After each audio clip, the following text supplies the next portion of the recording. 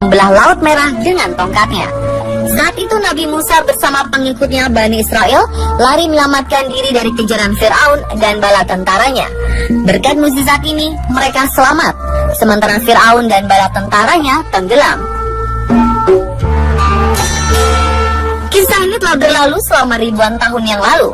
Umat beragama, khususnya umat Islam, meyakini kisah Nabi Musa membelah lautan ini berdasarkan kitab suci Al-Quran. Namun, masih ada sebagian orang yang menganggapnya sebagai cerita belaka yang tidak bisa dibuktikan secara ilmiah. Benarkah demikian? Iya, di zaman Nabi, berbagai cerita atau kisah bukti kekuasaan Allah Subhanahu wa Ta'ala ditunjukkan melalui mukjizat yang diberikan kepada para nabi. Dan peristiwa seperti lautan yang terbelah menjadi dua terdengar seolah tak masuk akal dan mustahil terjadi di zaman sekarang.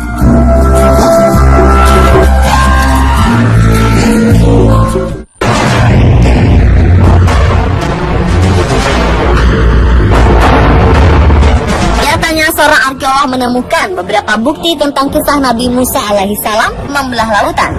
Ia adalah Ron White, yang pada akhir 1988 lalu mengklaim bahwa dirinya telah menemukan beberapa bangkai roda kereta tempur kuno di dasar Laut Merah. Menurutnya, temuan ini merupakan bangkai kereta tempur Fir'aun yang tenggelam di lautan ketika digunakan untuk mengejar Musa bersama para pengikutnya.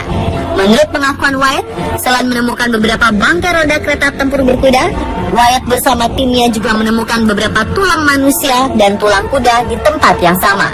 Penemuan ini tentunya semakin memperkuat dugaan bahwa sisa-sisa tulang belulang ini merupakan bagian dari kerangka para bala tentara Fir'aun yang tenggelam di Laut Merah.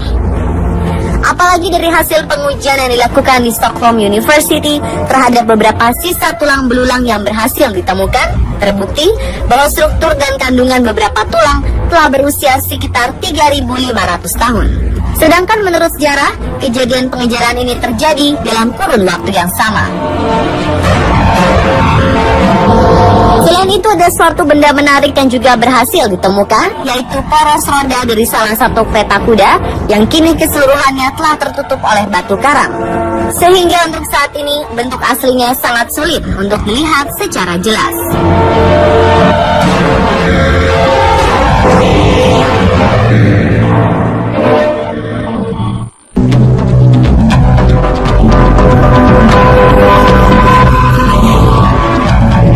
Menurut para ahli, pada bagian peta yang dilingkari warna merah, disinilah lokasi di mana Nabi Musa bersama para kaumnya menyeberangi Laut Merah.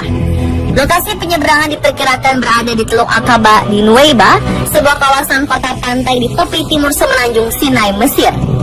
Kedalaman maksimum perairan di sekitar lokasi penyeberangan adalah 800 meter di sisi ke arah Mesir dan 900 meter di sisi ke arah Arab.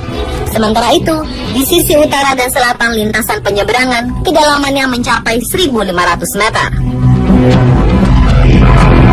Kemiringan laut dari Nuweiba ke arah Teluk Aqaba sekitar 1/14 atau 4 derajat.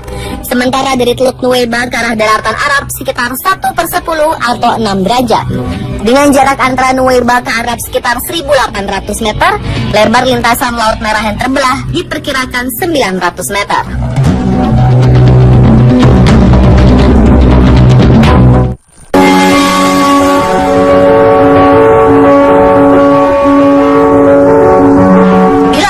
Ron White menemukan beberapa benda bukti nyata kebesaran Tuhan akan kisah Nabi Musa membelah lautan. Sekelompok ilmuwan lain yang melakukan sejumlah penelitian, akhirnya mereka berani mengatakan bahwa keajaiban laut terbelah dalam kisah terkenal mukjizat Nabi Musa ini merupakan fenomena alam. Seperti dilansir Daily Mail, Rabu 22 September 2010, sekelompok ilmuwan dari National Center for Atmospheric Research di Colorado, Amerika Serikat menemukan bahwa air laut yang tersibak itu adalah akibat gerakan angin. Dalam sebuah simulasi komputer yang dilakukan para ahli di Colorado, diketahui bahwa angin timur yang berhembus dengan sangat kuat selama 12 jam dalam semalam bisa menyibak air laut, menciptakan sebuah jalan tanah sebagaimana digambarkan dalam kisah Exodus Nabi Musa. Sedikit berbeda dengan deskripsi lokasi di kitab suci, para ilmuwan ini meyakini bahwa lokasi keajaiban bukan di Laut Merah, melainkan di lokasi di dekatnya, yakni delta Sungai Nil, di mana sebuah sungai kuno menyatu dengan laguna. Dari penelitian yang dilakukan, para ilmuwan ini menemukan bahwa angin timur dengan kecepatan 101,3 km per jam yang bertiup dalam waktu 12 jam akan mendorong air, baik di danau maupun aliran air. Proses ini akan menciptakan jalan tanah lumpur sepanjang 3,2 km dan lebar 4,8 km selama 4 jam. Saat kecepatan angin turun, air akan kembali ke posisi awal, mirip fenomena pasang surut. Dalam Journal Public Library of Science 1, para ahli menguraikan bahwa siapapun yang terdampar dalam lumpur ini sesudah angin melemah akan berisiko tenggelam. Ketua tim peneliti ilmuwan bernama Carl Drew mengatakan bahwa membelah lautan dalam kisah Nabi Musa dipandang masuk akal dalam hukum fisika. Ia menjelaskan, membelahnya laut bisa dipahami melalui dinamika fluida. Angin menggerakkan air dengan cara yang sesuai dengan hukum fisika, menciptakan jalan aman dengan dinding air di dua sisi, lalu air itu runtuh dan menenggelamkan jalan.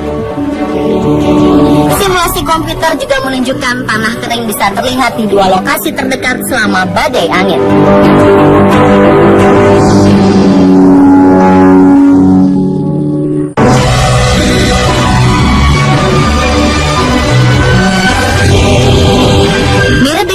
Para ilmuwan dari National Center for Atmospheric Research, dua peneliti Rusia bernama Naum Folzinger dan Alexei Androsov dengan menggunakan persamaan diferensial matematika mencoba membuat pemodelan tentang kondisi ketika gelombang laut terpisah.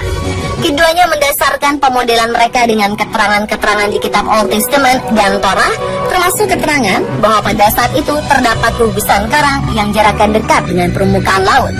Dalam pemodelan hidrodinamik, diadakan simulasi beberapa kecepatan angin yang diperlukan dan kekuatan badai yang dibutuhkan agar gugusan karang tersebut kering pada saat laut surut. Disimulasikan pula berapa lama gugusan karang akan kering dan kapan air laut akan kembali menutupinya. Hasilnya adalah, jika angin timur bertiup sepanjang malam dengan kecepatan 30 km per detik, maka gugusan karang akan kering. Dengan keadaan ini, untuk menyeberangi 7 km gugusan karang, kaum Bani Israel sebanyak 600.000 orang membutuhkan waktu 4 jam. Kemudian air laut akan kembali menutupi gugusan karang setelah 4,5 jam. Ini berarti selama 4,5 jam, gugusan karang masih kering. Kecepatan 30 meter per detik ini berarti 108 km per jam. Dalam skala Beaufort, kecepatan angin 108 km per jam sudah dapat dimasukkan dalam kategori badai yang minimal mencapai skala 10 dengan kecepatan di atas 89 km per jam selama 12 hingga 1200 jam. Adanya penemuan dari arkeolog dan beberapa ilmuwan yang cukup menggemparkan membuat sebagian orang semakin yakin akan tanda kebesaran Allah Subhanahu wa Ta'ala. Dan ada juga yang berpikir, apakah mukjizat Nabi Musa ini merupakan fenomena alam yang bisa dibuktikan secara ilmiah? Lalu bagaimana kaitannya dengan kisah yang sebenarnya dalam kitab suci Al-Quran? Nantikan kelanjutannya besok malam hanya di On The Spot.